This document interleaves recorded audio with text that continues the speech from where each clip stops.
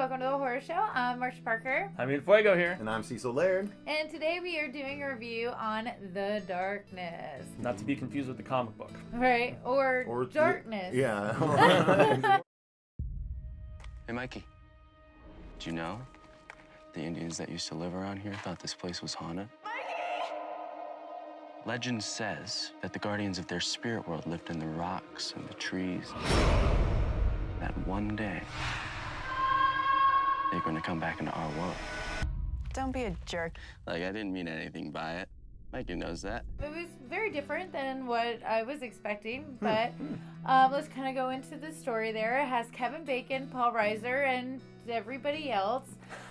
Basically, it's your Indian ghost story. You have a family that are on vacation, and oops, I fell into a hole. The little kid who's autistic, which I thought was an interesting twist to the story, falls into the hole, finds the Indian burial ground, but it's not really burial ground. It's more of kind of like a prison for spiritual prison. Yep. Right. And there's some rocks that he picks up that you're like, you're probably not supposed to take those rocks, kids. But, and then it kind of goes from there. They go home, and then evil shit starts to happen. You got the possession of the house. You got the whole, noises in the attic, the kid's acting weird. Like, I didn't get that part. But the thing is, the kid was acting weird from the get-go, and they didn't reveal that he was autistic until way later. I was curious what his disability was at first, and I thought that was one of the coolest twists of the movie, was the fact that, without getting too spoilerific, they delve into the idea of the fact that autistic children can be conductors for spiritual presence. And I thought that was original and kind of cool.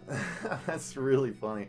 This review is going to go interestingly, you guys, because I have a feeling I enjoyed the movie probably more than they did. However, this particular point, I completely disagree with. I think the whole autistic kid being in touch with something special has been done a number of times in the past. It's just another form. I mean, all the way back to a non-horror movie, Mercury Rising, to Knowing, the Nicolas Cage movie where the kid had tapped into something because he was autistic, to a number of other films where autism equals link to something spiritual. So that, in my opinion, was the least original part of this whole... Well, I'm not going to say the least original part, because there was some unoriginal things in this movie. However, that part didn't get me like it got you guys, because I was like, oh, we've seen this before. I guess I haven't seen it in that many, but... agree with...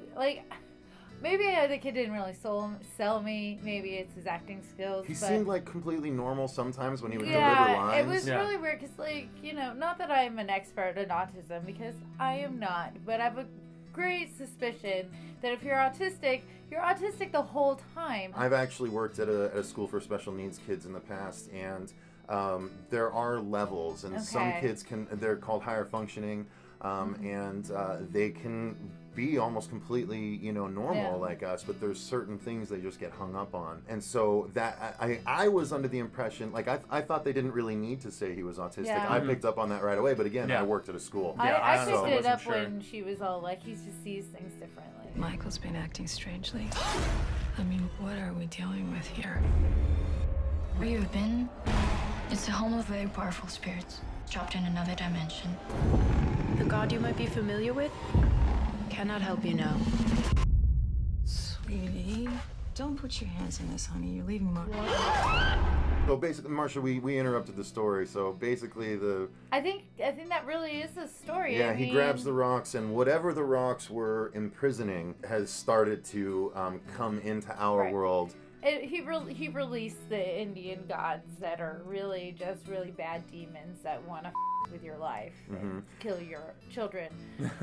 But not just your children, I mean, everybody. They're pretty vengeful. So. Yeah, that is the story in a nutshell. And we will do a spoiler section at the end of the review, guys, so stay tuned for that or shut it off when we get to it. But one of the things I wanted to talk about that isn't a spoiler, that does have to do with story. Let's hit the story first. There was so many items of convenience in this movie. So many things, they just happen to have the perfect YouTube videos in a matter of seconds explaining exactly what is happening. Even having pictures of the creatures. And the thing that frustrated me about it was that it told them exactly what was happening, but they couldn't guess what was happening even after watching the video until they saw it's slapping you over the face with it, Kevin Bacon, and you're still not believing it? Can I just say, when I enter into Google, loud noises in my house. It does not directly go to the Anasazi Indian tribe that had these crazy demons that ended up throwing them out of their homes. He's portrayed the entire first part of the movie in one way, and then Kevin Bacon delivers one line, and all of a sudden Paul Reiser has the very person they need to speak to. Yeah. The guy that would be least likely to have that information. And he even says, sometimes you get the information you need from the least likely source. Fairies and trolls. And I'm blah, like, blah, blah. oh my God, they might as well just put a neon sign saying, that's me right now. Ding, I'm ding, the ding. unlikely source. Oh my God, it was so bad. Oh, there was so many items of convenience that it really just hindered the enjoyment of the movie. Yeah, but despite those conveniences, I at least enjoyed the concept of it. And I did also, too. Yeah, it was not bad. This was not a terrible movie. I think it's got a 6% rating on Rotten Tomatoes It's right rough, now. and I've seen a lot of 5 out of 10s and It's 4 so out of 10s. bad. I actually did not think so. This is the Wolf Creek director, Greg McLean, and so No. he had done Rogue before, and he did Really? the two. And I the two loved Wolf Creek Rogue, movies. man. That big Yeah. crocodile movie was awesome. I just didn't feel like it delivered the scares per se. Not at all. Not at all. There was one thing I was just about to mention, which would be a spoiler, but I don't know. It was less even a horror movie as opposed to just the crumbling of a family. And that was the part that I found compelling, was just seeing all the cracks in the foundation and the alcoholism of the wife and, the bulimia of the daughter. Well, and just, I will give that. Yeah, you know what? Yeah. I will give that some credit to I will give credit to the screenwriters for that, because while we have seen families in turmoil hundreds of times in horror movies in the past, I don't recall. It's really just a matter of where in their crumbling relationship we picked up. And this was kind of interesting because something sort of had already happened between the couple that we didn't even learn about until later. The daughter was sort of a new thing. The fact that the mom was the drunk isn't necessarily new, going back to Nightmare on Elm Street. But there were some interesting things like, we're in this place in the relationship, when usually it's sort of at the beginning of the crumbling. This is sort of the crumble has already happened before the movie, and we didn't really know. And I still found the acting pretty compelling too, with the exception of what you guys mentioned about the kid. I thought the performances, despite those storytelling conveniences, I thought performances were pretty strong, actually. I agree. I don't know. I was not happy at all with any of that. We can tell. Because number one, I don't know. It was just kind of unnecessary garbage. I don't care. You really didn't like this movie. I really don't care if he cheated on his wife. I hate that. It's just a scapegoat saying this is what the problem is. It has nothing to do with the Indians or the spirits. It's really because they trashed their whole family.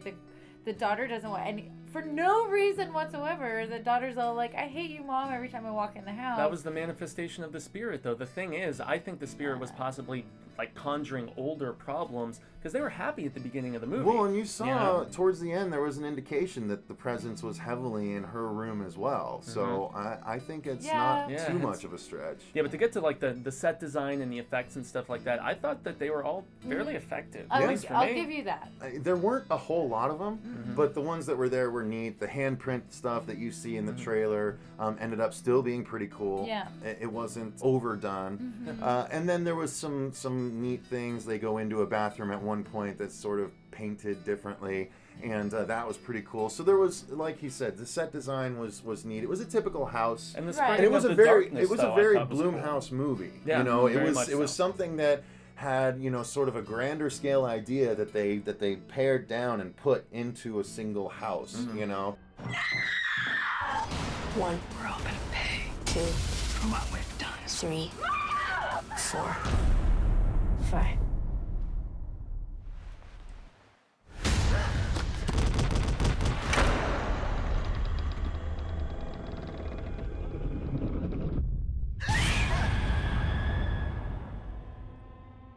And I think Native American aesthetics, when it comes to sort of their spirits and their demons and things like that, it definitely lends a certain cool quality to the visuals, almost every time. Although it's still very much human form kind of thing. But again, I'm not a specialist in Indian culture, but Native American culture, Marsha Parker. Sorry.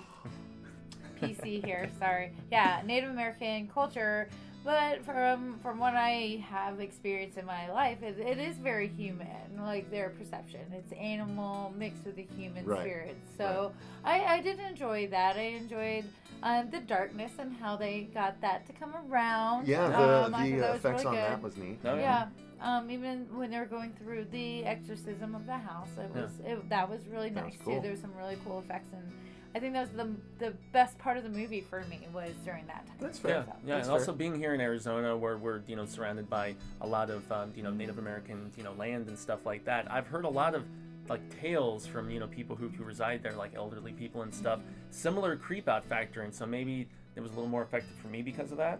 So at least based on that knowledge. Yeah, and I enjoyed. There were actually a couple times, namely, again without spoiling, a time when the daughter wakes up that made me jump for sure. Me too. Yeah. So there was like one or two, not nearly as many as I like to get when I go see a horror movie like this, but there was enough creep factor and enough of those sort of smaller scares that I think it justifies a viewing for sure. Would I rush out to the theater to see it? No. But I would catch it on Netflix, and I think it's going to get probably a 3.5 star rating on Netflix, maybe 2.5. Yeah, I'd say solid 3 for me. Yeah. So, but, and we do have to keep in mind it is a PG-13 horror movie. There are constraints. I have seen many PG-13 horror movies that I've enjoyed. Yeah, that's true. I enjoed this though. I didn't think it was bad. It wasn't fantastic. But it does fall into that tame because of the rating, I think, a little bit, unfortunately. But they did have one F-bomb they dropped though. Yeah, well they're allowed to drop I think 2 now. Yeah, PG-13. as long as they're not used in the context of sex. You know. Exactly. So that's gonna pretty much cover the regular section. Let's just do the spoilers real quick, guys. So beware, if you don't want to know all the little nitty-gritties about the darkness, then turn away now. Otherwise, there's not a whole lot. Fuego, how many bodies did we see in this movie? Donuts.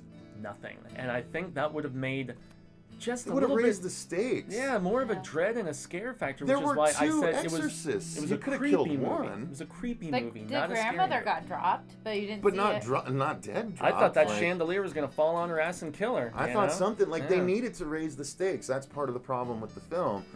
There's no real stakes because no one's ever really in any serious peril. Even when the that's spirits not true. were... I mean, the daughter was in peril when that dog When the was dog, attacked. that was the Truly. jump moment I spoke about. Yeah. She wakes up and Which all of a is sudden such the a neighbor's rabid dog is like chomping at her face and she barely gets her arm up in time, and I was like, oh my god, he could eat her throat out. So yeah, that was mortal peril. To Yes. me, that Otherwise, was though, like uncalled for, and they never readdressed it either. Like they got that dog taken away. Right. Yeah. And which is Yeah, so unfair dog's for gonna the be- dog. dog's gonna I be mean, put down. obviously Yeah, it was I could s- it was I the knew autistic Marcia was kid's gonna hate fault that. the Yeah. whole time, and then they didn't even get the dog back. I said Kevin Bacon in my head because we were in the theater. Well, we I don't said, know what Kevin happened Bacon. afterwards. Maybe he was like, He didn't. is the They dog just- still in the pound? Please bring that dog back. He didn't. They went to the pool and they went swimming. Yeah, I They did didn't feel care like the about movie. The dog. Well, the movie seemed to end very abruptly. I thought. Would you Yeah. guys agree? It was was. just It like, did. It did. wrapped it up in a well, nice that's little the thing. package. Yeah, usually they have a little sting in these movies, letting you know that everything's not over. So this kid falls down this canyon, goes into this room that's somehow lit up, but is supposed to be enclosed. Never screams when he falls Never or anything. He's nothing. Again, maybe He's Well, he's autistic, though. autistic. He's autistic. Yeah. But how did he get out? they tend to be more sensitive to things like that, though. Not But less.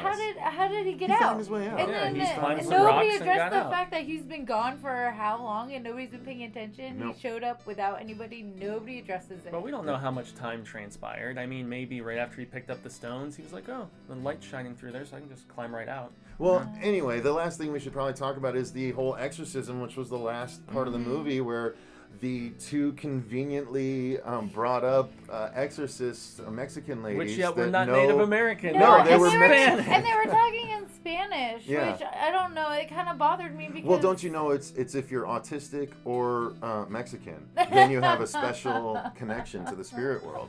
Clearly. I feel like it would have felt more authentic, if you can, if it was a Native American yeah. It was one speaking change. Native For American sure. tongue. Didn't make any sense. No. It didn't make sense that it was Spanish, except for maybe the devil. Especially people after her think mentioning- Latin devil Spanish, maybe, but Yeah. still, like, But at least it should have been. I feel like it should have been more Native American. Well, the woman said it was Hopi. Remember? And then it's his. I don't know. Yeah, it didn't make a lot of sense. But They could have said it in English, except for she spoke Spanish. Yeah, there was a translation thing going down, but yet.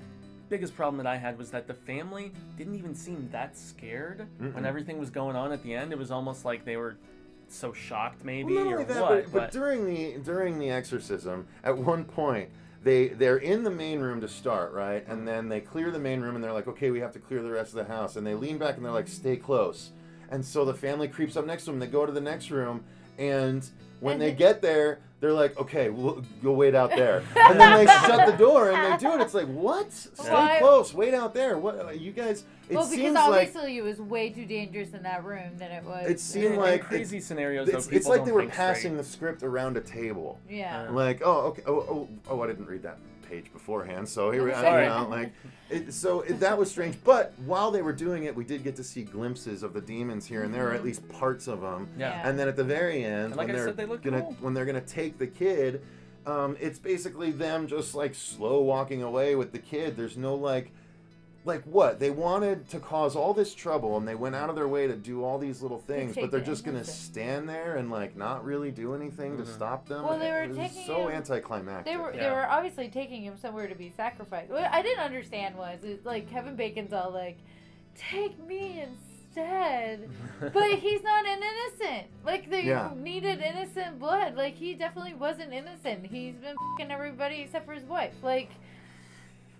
Come on, like, I don't understand why. Oh, okay, Kevin Bacon, we can make this deal. You can have your kid back, and then he'll come over here, and you'll sacrifice yourself. Like, that made no sense. Just more that made no sense. It didn't make sense. Especially since they were, like, before they were talking about how they took everyone. Everybody died, and all the other people that took the stones, which, how would they even know that? All right, we don't need to talk about every problem with the movie. I'm sorry, you're right. Go watch this movie and enjoy yourself. And honestly, make up your own mind, because I could tell hatred, acceptance, and a little bit of enjoyment. Welcome to America, right, folks? I mean, biggest thing for me that I just didn't like was the fact that I didn't find any of the characters likable. None of them really, and when you don't have somebody to really root for, it just that was one of the biggest problems for me. But visually, I thought it was cool. I thought some of the concepts were cool, despite the conveniences in the screenplay. Yeah. So, I mean, make up your own mind. I think if they would have taken more time to show the transition between them being a good, happy family to them not being, it would have made 100% difference. Instead of just saying, "Hey." Like, all of a sudden he's a cheater. All of a sudden she has a food disorder and hits her mom in the face. And then, and attacks her brother, or the brother's all weird and creepy and crazy. Like, just gradually get into it. Spend more time. Develop those characters. And it would have probably made the experience for me way better. That was the darkness manifesting itself, though. But if they would have actually showed that progression of it would have been a lot more effective, I think. All right, guys. Well, I think that pretty much covers our thoughts on the darkness. Might be a little bit of a longer review here, but like Fuego said, make up your own mind if you want to. I don't know. Maybe you won't after watching this. Who knows? But that's going to do it. Let us know in the comments below what you think based on this. Are you still going to go check it out, or no? Wait till Netflix. I don't know. Yeah, who knows? But thanks for watching. I've been Cecil Laird. Gracias. I've been Jaime Fuego. And I'm Marcia Parker. And until next time, remember... Stay scared for the darkness.